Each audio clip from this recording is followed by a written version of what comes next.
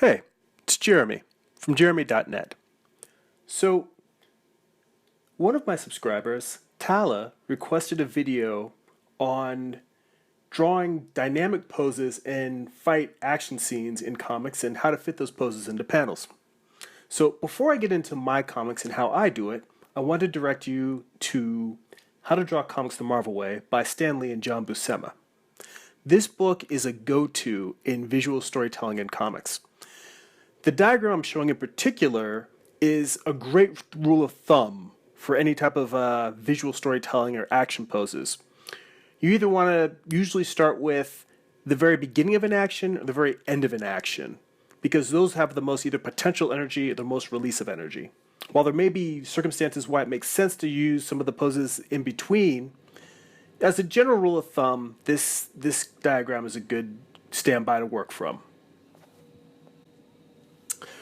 Okay, now on to my comics. This is a 3-page fight scene sequence from Morningstar issue 3. So I'll go back and forth between the actual page and the thumbnails I did for this page. Now there's two things that I like to keep in the forefront of my mind when I'm working out any sequence, but particularly in a fight scene. They're really two sides of the same coin, which are geography and choreography. You want to make sure you know where the characters are in relation to each other, and then how they move in relationship to each other, and how that affects the scene in terms of the environment that they're moving through, and how it moves the story along. Because in the end, if you just have people punching each other for no reason, that doesn't tell anything. But you want to think about what these different sequences say about the story. In this sequence, we have the Archangel Michael fighting against Isbaal, the leader, the queen of the demons. So we start with her, basically we start with Michael holding his gut. And if you go over to the thumbnails, I indicate that, just very simply. It's just him holding his stomach, because a moment before in the previous page, she raked her claws against his belly, and drew blood. Now Michael, being second in command of the Archangels, he's a pretty take charge guy, he's a tough guy, and he immediately just assumes he's going to put her down. Maybe this might actually be the end of the whole demon problem. Giving her a quick elbow to the face and then slamming her down. Now, right after that, when he slams her into the ground, if you look over at my thumbnails, it's a pretty direct, simple little scribble. And then after that, originally, I had drawn, if you see the upper left little thumbnails I had, when I first started working out this page, I had her slam him into the wall. And a lot of the times when I'm working out these poses and the dynamics of the page, they really are just doodles. And the reason for this is because it becomes just arrows and arrows of action and just objects being moved around. This way you can really think in terms of composition, because you want to think about forces slamming into each other and direction that they're moving in. So I originally just had Michael getting slammed into the wall by this demon woman who is physically smaller than him, but definitely his physical equal, if not maybe even possibly a little bit stronger than him. So, but I thought this wasn't quite dynamic enough. So then I had a couple of little doodles down towards the bottom where I thought, you know what, why don't I have her kick him and flip him over her? And I worked out a few different poses of how I was trying to compose this shot in terms of, was she moving, throwing him towards the camera, away from the camera. And this is the other thing in fight scenes, is to be aware of whatever you're going to do next. In fact, a lot of times in fight scenes, it's better to start with the end and work your way backwards, because you want to make sure you're always setting up your next shot. That's a really important thing. What are you setting up each shot for? So I knew that I wanted to end the page with Michael getting slammed into a piece of rock and shattering. Instead of just getting thrown against a wall, I wanted to have him slam into a stalactite. Even there, in the thumbnails, I wasn't sure there was going to be a low-hanging stalactite. Oh, it's a stalagmite. I can never remember which one is the right one, stalagmite or stalactite. But I think stalagmite is what comes from the ceiling, because I'm OCD and I probably would have looked it up at the time I wrote the thumbnails. Anyway, knowing that I want to have Michael slamming into the stalagmite, I chose the shot where Michael is flying away from the camera. That way you can actually see what he's flying towards, and I'm kind of setting that up for the next panel. Now, another thing to go back a little bit. After Michael in the middle tier slams Isabel down, I made a note to myself to add in a reverse shot of her face right before she actually throws Michael. And this is kind of to show, not only is it a reverse shot, but this is the beginning of the reversal of the tide of the battle. Because at the very start, Michael really takes control. But now the tide is turning. And when you move to the next panel, Michael, who was previously on the right side of the screen, is now right side of the panel is now on the left side. Not only has he reversed positions with her, but his role dominating the fight has reversed. One more thing before I move on from this page is the diagram from John Buscema that I showed earlier, showing the beginning or ending of poses, or showing the whole range of motions of an action. I tend to use a lot of the end shots. I don't necessarily show the beginning of actions that much. Like even in this page, I go from the result of Michael elbowing her in the face to the result of Michael slamming her down to the result of Isabel throwing him into the air to the result of him smashing. I don't necessarily show to any of those starting points, and I think that that's just a personal choice. I think it's actually really good to mix those things up rhythmically. Moving to the next page, I slow things down for a moment.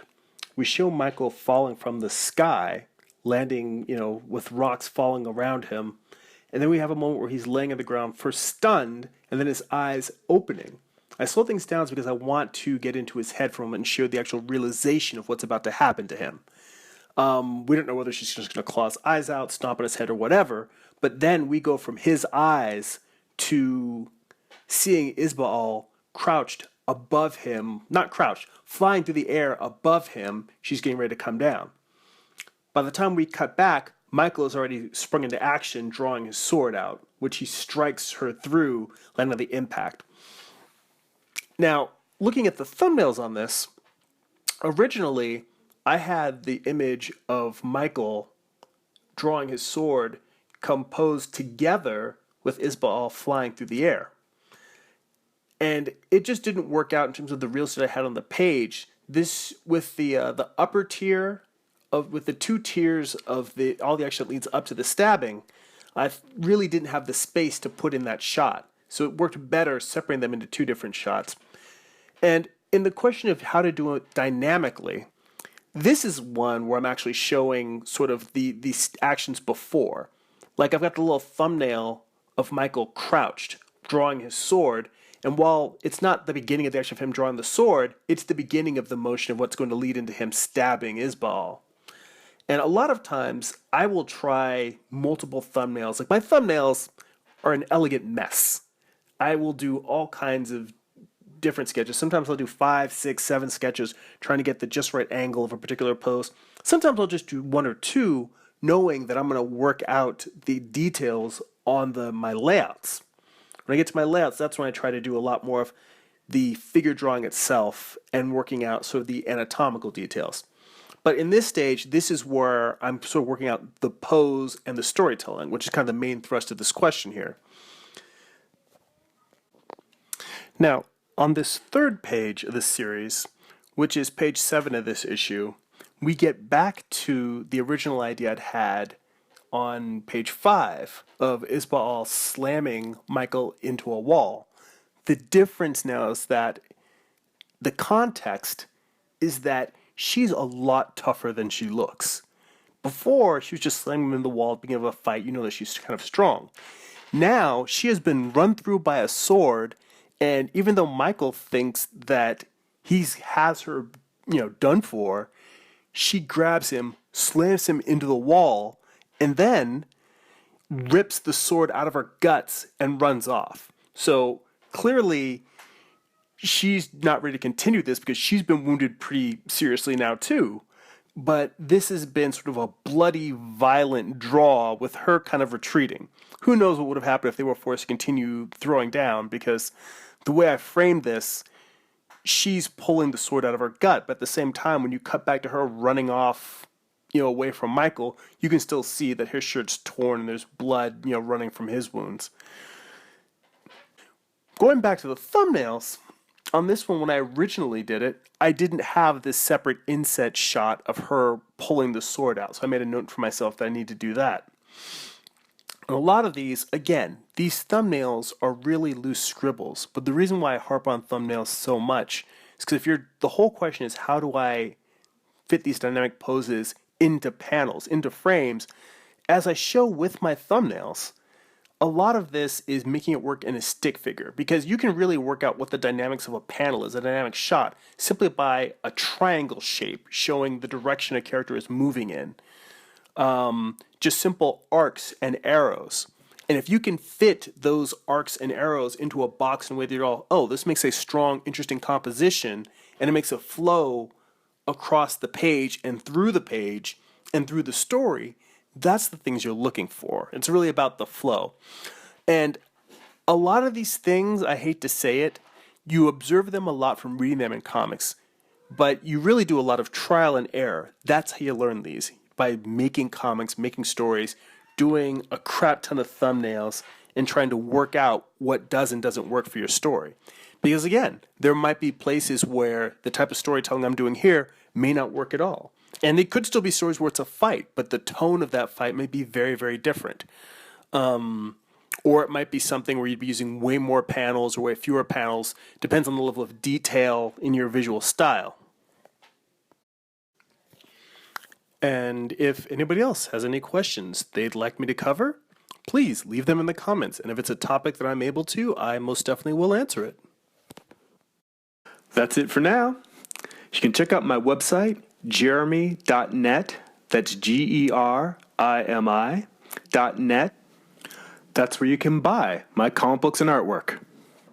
You can also sign up for my free weekly newsletter to get a behind-the-scenes look at my creative process, updates on new comic books and artwork releases, and upcoming comic book convention appearances. Okay, go be creative.